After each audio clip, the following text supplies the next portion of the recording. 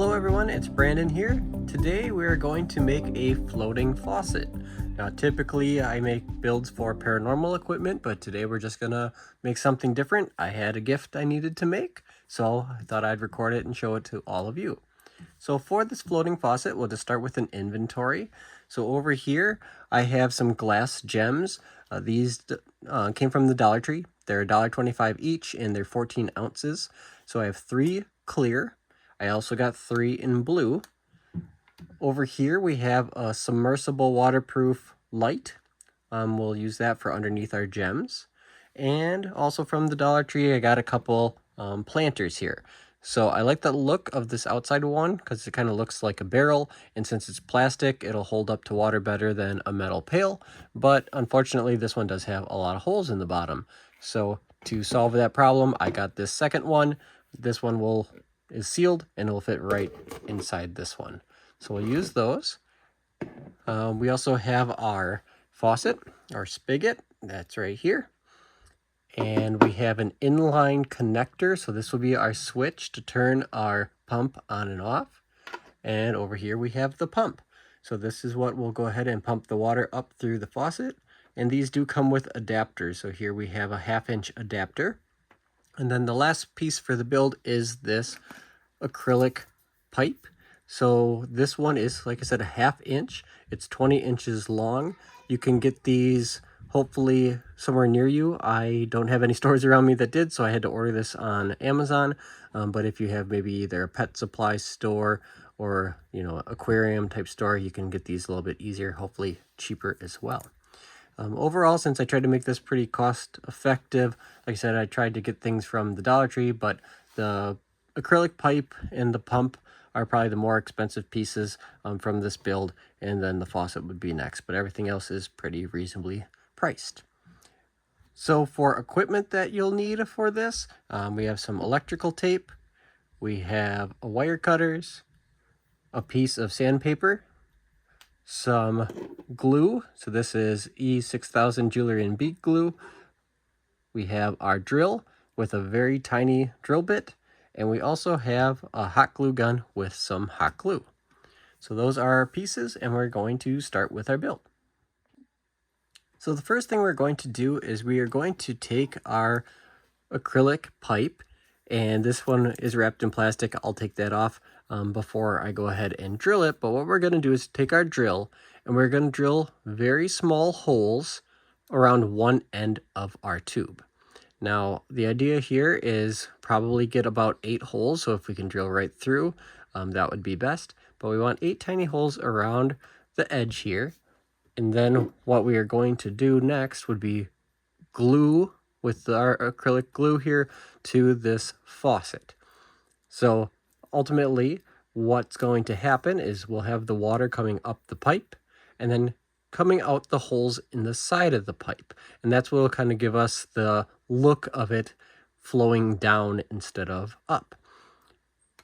So with this, one thing that you'll want to do before you go ahead and get all this started to be put together is to test your pump and your pipe. So this pump here, I just went ahead, I put a bowl of water down, put it in the water, and then I tried with the adapter too, but just kind of set that on there and make sure the water goes all the way up your pipe. Because if it doesn't go all the way to the top, then you have a problem because your faucet's not going to work. So this pump actually pumps up to 3 feet. So that's plenty for our 20-inch pipe. And of course, you just want to make sure everything works, your pump works, and then we can use this. So one thing too with these adapters is this one's pretty rigid, it's pretty solid, so you'll probably have to use some sort of Vaseline or something to get this into the pipe. Otherwise, you don't want to crack your acrylic. So when we're going ahead and drilling these holes, you can kind of look with your faucet and see how far down you're able to drill your holes. You don't want to drill them right at the lip because that'll crack your acrylic, but you can see this one goes down pretty far, so we have a little wiggle room. So if we can put those holes somewhere in the middle here, that should be fine. And then we'll go ahead and glue these together. Now, you'll also want to check on your pipe which end is the flattest, because you can kind of look and see which one would be better to put to your faucet. So that's what I'll do next. So I'm going to go ahead and, like I said, drill 8 holes around one of these ends. All right, so I went ahead and I drilled the holes. I have 8 holes in here, but I only had to drill 4 times because I drilled all the way through. They're not perfectly in line, but that's okay, long as the faucet still hides them. So you can see we have 8 little holes around the top of our acrylic pipe. Now, I did put the adapter in the bottom. One thing to note here is I used some Vaseline, but it was still pretty, I guess this is pretty tough and not very pliable. So I used a hairdryer to warm it up, so it was a little bit easier to bend in there. It did take some work to get it in, but if you have a heat gun, it would probably work better than a hairdryer. But just note, go carefully and slowly, just so you don't crack your acrylic pipe. All right, so now that I did that, I did take it upstairs to my sink and I tested it with the faucet. I just kind of set it on top of this and I plugged this into the pump. I just wanted to make sure the water flowed through the pipe and started coming out those holes. So it did. I'll plan on just using a little sandpaper now just to kind of sand off the rough spots on there just so it flows a little bit better. I think towards the end, I'll see too, I might do some long sanding here just because it'll help the water kind of stick to the tube. When I first did it, starts kind of curling around the tube, but if you kind of do some sanding, I think it'll just even that out and it'll look a little bit more like flowing water. So then I'm going to go ahead and glue this top to the faucet. So I'll kind of sand the edge and I'm going to glue the top. So I have my faucet here and I'm just going to add some glue around the edge and try to, I don't know how well you can see this here, but try to glue it right into the faucet. Now, you want to kind of prop this up just so it glues straight for you. But while that's gluing, then we'll kind of work on our next steps. So I'm just going to use this jewelry and bead glue. It is waterproof, so it should hold up, and it's pretty strong once it does dry. If you have a epoxy or something that's quicker and you want to use that, perfectly fine, use whatever you need, but I'll use this and just try to get this piece glued together for right now. All right, so I have my faucet curing to my acrylic pipe. So while that dries, we're going to work on our pump. And what the plan is here is we are going to take our planters. We'll have our pump inside, but we don't want this wire just hanging over the top because it looks kind of ugly. So we're going to drill a hole in the side and run that wire out. Now, once we cut it, because we're going to have to cut it to get it through because the plug will be too big and we don't want a big giant hole in the side here, we are going to add in a on and off switch. So that kind of helps us solve two problems. Since we're cutting it and it's going to be an exposed end, instead of just having to electrical tape it back together and hook it up, we can add in a switch, and that also makes it easier to turn on and off instead of having to unplug it every time you want to use this, or to turn it off, I should say. So what we want to do though is find a good spot for where we want our switch, because you probably want it closer to your fountain and not as far towards the end of the plug. So just find kind of a good spot in between. And what we're going to do is we'll take our wire cutters and we'll end up just cutting those wires right where we want that middle of the switch to be. Once we have those cut, we'll run it into this, and I'll bring this a little bit closer if you can see. We'll put one end of the wire here, one end of the wire on this side, and then the other piece, which is our switch that turns it on and off. When we put these together, you'll see we have these prongs that stick out. That's what will connect to the wires once it kind of pierces it, and that'll cut the electricity on and off depending on how we have our switch. So next step here will be to find a good spot for that and then cut the wires right through. All right, so I cut my wire in half. Now the next thing we want to do before we put the switch on is drill a hole through our planters to make sure the wire can go through and it'll look a little bit nicer. So if you only have one and it's a sealed planter, that's fine. You can use that and just drill through the one. For me here, I have two. I'm going to have to drill through both of those. So pick the, I guess, the worst looking side for drilling your hole, but we'll have it drilled through the bottom somewhere on the side so it comes out nice. And then once we do that, we will have that hole, we'll put in our pump, and we'll run that cord through the hole out the side. So that's what I'm going to go do now, is drill the hole in the bucket. And I'll pick a drill bit that's pretty close to the size of the end of the cord, because you don't need anything too big, and the bigger hole you drill, the more likely you'll have a leak of water. So we'll make it pretty small here. All right, so I drilled the hole for the cord. So you can see down here, I drilled through the two, and I have just the cord running out the side. Now, the reason I have it a little bit higher here is just because my inside bucket is shallower. So it kind of ends right about here, so I had to drill the hole just a little bit above. Now, we have the cord through. You can see I have the pump inside. But what I want to do next is I want to add some hot glue around where the hole is. And I'm going to try to do that in between two. So I'll probably do the outside bucket first as best I can, and then try to slide this one back down a little bit. So I'll try to hot glue it just to make sure that we don't have any water leaking. And you can test that too before you get this all together. Just fill it with water past that hole and see if it leaks or not. So that's what I'm going to do next. So I'm going to heat up my hot glue gun, and then I'm going to go ahead and seal those holes. I'm just going to do it on the inside of the buckets. I don't want to do it on the outside, just so it looks a little bit cleaner there instead of having a bunch of hot glue on there. One other thing we can look at too before we do our hot gluing is take a look at our puck here. So I want to open this up, and you might want to put your pump on top. It depends what kind of pump you have, if it's going to cover up all the lights or not. If not, you could probably put this on top of your pump next to where your pipe comes out. But if you want this below, if your pump is smaller, make sure that you test that out, set that down, set the pump on top, just so you make sure you're gluing your cord the right length, because you might need a little bit more cord if you're going to set it on top of this puck. All right, so I went ahead and I hot glued my wire in after I had run it through. So on the inside, if you can see here, I have a lot of hot glue kind of around that. Hopefully you can see that okay.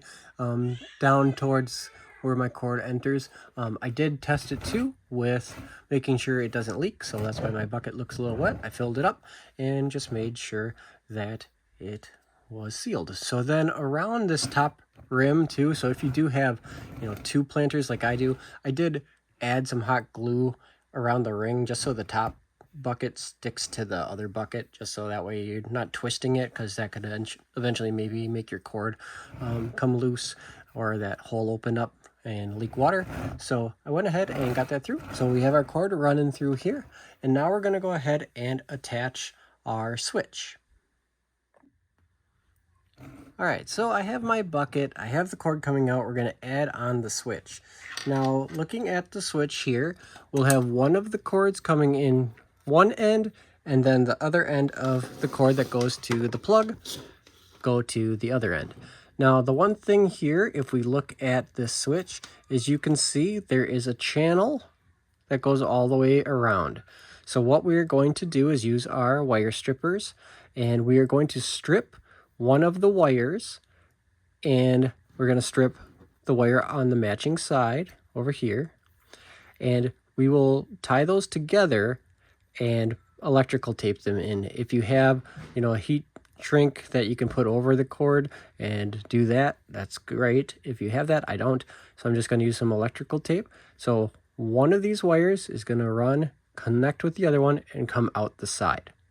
Now for the other one, it's just going to end right here. So we'll just get it into the box, and that's where it stops. Same with the other side, it'll go into the box and stop. So one wire will be connected all the way through, the other one won't, and that's when we flip that switch, it's going to go ahead and make that connection to turn the pump on. So I'm going to do that, but in order to do that, you might have to just splice these wires right in the middle, or cut them right in the middle so they can separate just a little bit, so you can strip that one end and same on the other side. And then with those two ends that are stripped, you will go ahead and tie those together and then put a little piece of electrical tape on them so it can go into the box and they can stay together. So I'm going to do that, and I'll try to show you what that looks like. All right, before I go ahead and add the other half on here, I just want to show you what this looks like. So I have my one cord now hooked together and electrical taped, and then the bottom cord I have still cut like we had cut it initially, but I have it one side run down just into the plastic canals here and the other side run down. So those two don't touch, but that's what this other piece will do. When we add this on, it's going to make that connection with those gold prongs. So I'm going to put this on and then use my Phillips screwdriver to tighten it up so it's good and snug. So that's what I will do now. All right, so I have my switch now on my pump, so I can turn it off and on. You want to try this too. So once you get this on, you can plug it in and hear if your pump turns on. If your pump doesn't turn on, it means that there's something. Either check your switch, turn it one more time to make sure it's on and open for the flow for the electricity. But if it's not working at all, open this back up and take a look at your connections. So the one that we ran all the way across, make sure that one's connected.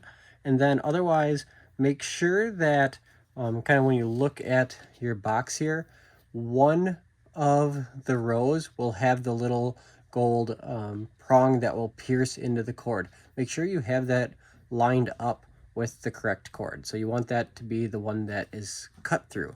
So that way it'll make the connection. So make sure on both ends that you have the right cord running through the right spot. But then once we have this, we're all set, it's running. So the next thing we want to do is start filling in with some of the gems. So I have some clear ones and some blue ones. I have a total of 6 bags here. I'm going to use those and fill this up. So you can see our pump is in there. I'm going to fill up around the pump. You don't want to cover up that opening because that's where our pipe will go. So you try to fill it up as best you can, and then once we get the pump in here, we can kind of finish putting them around. But what we want to do is fill that up. Now, if you're looking to do this project and you haven't bought your stuff yet and you're kind of going to the store, when you pick out your size of your bucket or planter, especially at like the Dollar Tree, when I had these, I could go right over to the aisle that had the beads and kind of stack in the bags to see how many I really needed. So 6 bags here was pretty good for the size I needed. So I'm going to kind of mix these up and put them around, and then I'll show you what that looks like. All right, as we're adding the beads as well, we can, when we get about 4 bags in, put in our puck light. So I have that LED light here. I'm going to put that right on top of my pump. So I have about 4 bags of the beads in. The reason I chose blue too was the person I'm making this for has some blue in their color scheme at their house. And then I used the clear because I want that LED light to be able to shine through. So the clear helps with that. If you wanted to use all clear, you can do that too. But once we get this on top of it, we can add in the rest of them on top. All right, so I added the rest of the glass rocks here. And now we can go ahead and test out our lights. So you have the remote that came with the puck light. You can go ahead and pick what color you want, or if you want to do like a variation. So I'm going to put on the light blue color here. Let me turn this on. Like I said, that's kind of the color theme that the person I'm giving this to has. So I'm going to turn off the lights here. And I'll turn this one off too. And you can kind of see how that looks. So it looks nice, especially when we have the flowing water. It's going to look pretty cool. But you can even turn on different modes too. So like this, if I turn on the smooth mode, it'll kind of cycle through the colors slowly. So that also gives it a good presence when you're have the water and the fountain going. So you can kind of see it's changing from the green to the blue, and then it'll just continue cycling through the colors on its own. So it's kind of a nice little feature, and it'll give it some cool look instead of just having the fountain running with water. That's great, but with the color, it'll add some more dynamic to it. All right, so I got my faucet attached I have the water running. Hopefully you can kind of see it here, but if you have any problems with your faucet or if it's spraying all over, you can go ahead and adjust it. Just make sure those holes are clear so you can have the water coming through. But overall, it kind of looks like it's running water and it's just floating there. So pretty cool. So I hope you liked my build. Let me know if you enjoyed it. If you have other ideas, put them in the comments too. I like doing these. I got a few other ideas in the works of some things I might make. But if you like my videos, please subscribe. I also have a Patreon, or you could buy me a coffee. It's much appreciated. And thank you until the next video.